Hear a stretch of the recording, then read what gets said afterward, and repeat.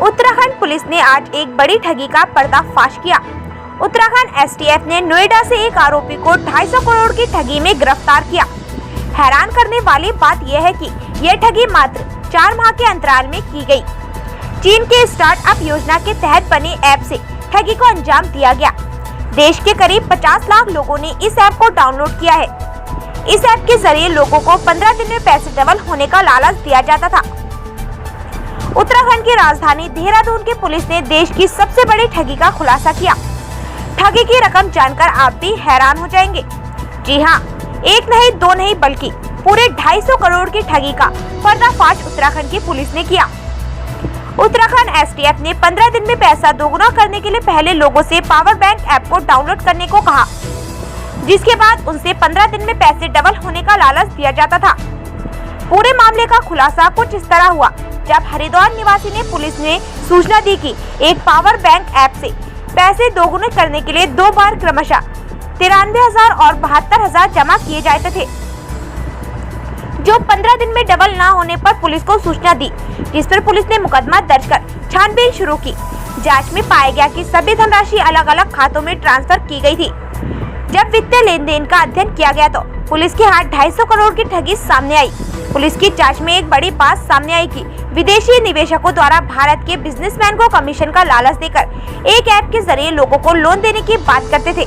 बाद में इसमें बदलाव कर लोगों को पैसे दोगुने करने का लालच देकर पैसे निवेश किए जाने लगे।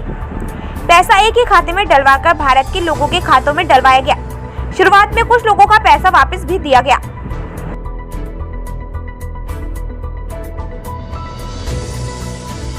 के जो हमारी रजिस्टर्ड कंपनीज हैं उनको इन्वॉल्व किया। जैसे आरओसी रजिस्टर ऑफ कंपनी से रजिस्टर्ड अगर कंपनी तो वेरीफाइड माना जाता है और वो किसी भी अगर प्लेटफॉर्म पर आता है तो वो वेरिफिकेशन के नाम पर वो सही होती है कंपनी। लेकिन उस कंपनी को as a shell company use किया गया और इसमें जो अदर पार्ट जो माइंड चल रहा था बैक ऑफ व्यू, उन कंपनीज के सारे डॉक्यूमेंट्स के और उनके अकाउंट्स को यूज़ किया गया और कम से कम बहुत सारे अकाउंट्स में मनी को रोटेट करते हुए फाइनली उसको इंडिया के बाहर एक्सचेंज करा के एग्जिट करा दिया। तो अभी एक एस्टिमेशन है जो हमारा अभी जो हमने ट्रेल करी है वो 250 करोड़ है जो हमारे रिकॉर्ड्स में आई है। बाकी और भी कंपनीज का है, जैसे सर ने बताया कि बेंगलोर में अरेस्टिंग हुई है, उसमें 6 डायरेक्टर्स की। वो 6 डायरेक्टर्स में भी जो एक कंपनी है वो हमारे ही इसी केस में इन्वॉल्व थी और जो हमारी टीम वहाँ जाने वाली थी, लेकिन आज वो वहाँ पर अरेस्ट हुआ इसका। तो ये इंटर स्टेट में कंपनीज अलग अलग जगह रजिस्टर्ड हो जाती हैं। दिल्ली हो गई, आपकी यूपी हो गई, आपकी बेंगलोर हो गई, और इनके ऑफिसेस खुल जाते हैं नाम से, चाहे वो ऑफिस एग्जिस्ट करते हैं कि नहीं करते, क्योंकि वो भी वेरिफिकेशन के प्रोसेस में है। तो गूगल प्ले स्टोर पर इसलिए आया क्योंकि वो कंपनीज रजिस्टर्ड थी, डॉक्यूमेंट सही थे, इसलिए वो अपलोड हो गया वहाँ पर प्ले स्टोर पर उनका वो ऐप जो है। सर कितने समय तक ये ऐप को बंद कर जाएगा? सर इसमें गिरफ्तारी हुई है, कितने लोग और इसमें शामिल हो सकते हैं और क्या आगे कार्रवाई है? इसमें जो कंपनीज हैं, इनके कंपनीज के जो डायरेक्टर हैं, इंडियन डायरेक्टर्स हैं, जनरली 2 से 3 डायरेक्टर सभी में है। तो इसमें एक डायरेक्टर जो है जो इस कंपनी का था, जो आपकी पर्पल यूज कंपनी है जिंगियो नाम से, उसको अरेस्ट किया था।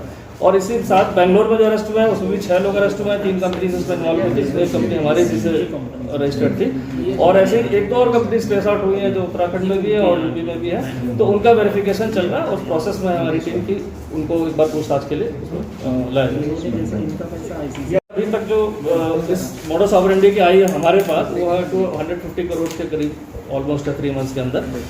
और कंपनीज का भी जो डिटेल आनी बाकी है और जो बेंगलोर से भी जो कनेक्शन जुड़े हैं उनकी भी डिटेल आ जाएगी। लेकिन आप जो देखा था वहाँ से जो इन्फॉर्मेशन एक आई थी, वैसे वो 120 करोड़ की उन्होंने भी अपना एक असेसमेंट वहाँ पर अपनी कंपनीज का किया है। वो फाइनली लीगली कितना बढ़ा जा सकता है ये एस्टिमेट तो अभी प्रोसेस मतलब, लेकिन हंड्रेड्स ऑफ करोड़ में है। जो उस अकाउंट से गए तो करीब 100 के ऊपर करोड़ रुपए उस अकाउंट में गए थे। तो इस शिकायत पर ये पूरी कार्रवाई की गई है। इसमें बोर्ड ऑफ डायरेक्टर्स जो थे उसको अरेस्ट किया गया। बाकी इसमें इन्वेस्टिगेशन चल रही है विस्तार से। इसमें लगभग कितनी और शेल कंपनियां हो सकती हैं और कितने लगभग और लोग जुड़े हो सकते हैं? जो अभी हमारे पास आई है कंपनीज, उसमें तो 6 कंपनियों के नाम आ गए हमारे पास। और जो अभी बेंगलोर में जो अरेस्टिंग हुई है उसमें आज ही उसमें भी जो हमारे जो कंपनी जो इन्वॉल्व थी जिससे पैसा गया था उसके बोर्ड ऑफ डायरेक्टर्स उसमें अरेस्ट हुए हैं 6 लोग में, उसमें 2 लोग हैं उसमें। Thank you.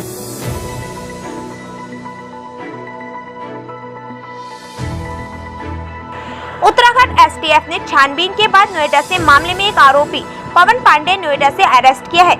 आरोपी के पास से 19 laptop, 592 SIM card, 5 mobile phone, 4 ATM card, 1 passport बरामद हुआ है। एसटीएफ ने जांच में पाया कि यह धनराशि क्रिप्टो करेंसी में बदलकर विदेशों को भी भेजी जा रही है। देहरादून एडीजी अभिनव कुमार ने प्रेस कॉन्फ्रेंस में बताया कि चीन की स्टार्टअप योजना के तहत ऐसे ऐप बनाया गया है। ऐप का नाम पावर बैंक 15 दिन में पैसे दोगुना करने का लालच लोगों को दिया। मामले में अन्य एजेंसी आईबी रो को भी सूचना दी गई। जिन विदेशी लोगों का नाम सामने आ रहा है उनके दूतावास के संपर्क कर उनकी जानकारी मांगी जा रही है। जल्दी जानकारी सामने आएगी। अब तक इस मामले में उत्तराखंड में 2 मुकदमे, बंगलौर में 1 मुकदमा दर्ज है। इस गेम में कई शेल कंपनी और लोग हैं। ऐप गूगल प्ले स्टोर पे ये जो पावर बैंक नाम से ऐप थी जो फरवरी में डाली गई और उसके बाद मई में ऐप बंद हो गई, तो लगभग 4-4.5 महीने में लगभग 50 लाख लोगों ने डाउनलोड किया है। और इनके जो हमने बैंक अकाउंट्स अभी थोड़ा सा आज ही हुआ है, तो थोड़ा वो देखने से हम लोग भी हैरान रह गए कि रोजाना जो है 50-100 करोड़ रोजाना बैंक में डेली के आना जाना इनका था। पैसे एक ही दिन में आए और एक दिन में निकल गए। तो ये पैसे कहाँ से आए, कहाँ निकल गए, कितना, मतलब इसकी ट्रेल बहुत दूर तक है, विदेशों तक जो है बिटकॉइंस में चेंज होके बाद में विदेश में फिर वो दूसरे युआन, डॉलर सब इसमें भी चेंज हुए हैं पैसे। तो इसमें अभी थोड़ा डिटेल में इन्वेस्टिगेशन में बात सामने आई है।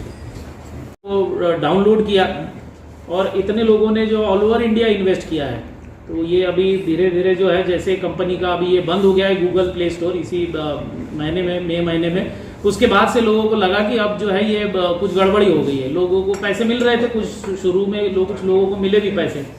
तो इसके बाद जो है ये इसकी गंभीरता जो है इससे भी है कि भाई इसमें इन्होंने गूगल प्ले स्टोर का इस्तेमाल किया। बाद में इन्होंने पेटीएम के थ्रू पैसा जो है वो पैसे की जो ट्रेल है काफ़ी दूर तक जा रही है, मतलब विदेशों तक के पैसे की ट्रेल जा रही है।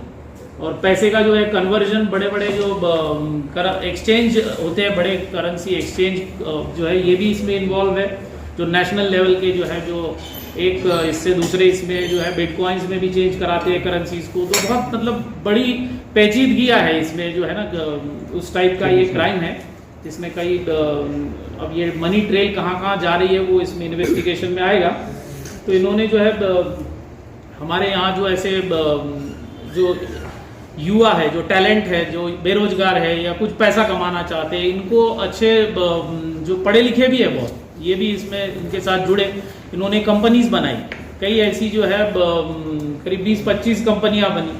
कई ऐसे ऐप्स इन्होंने करीब ऐसे 25 के करीब ऐसे ऐप्स डाउनलोड करवाने लगाए लोगों से। तो कई ऐसी ये शेल कंपनीज के तौर पे यूज हुई है।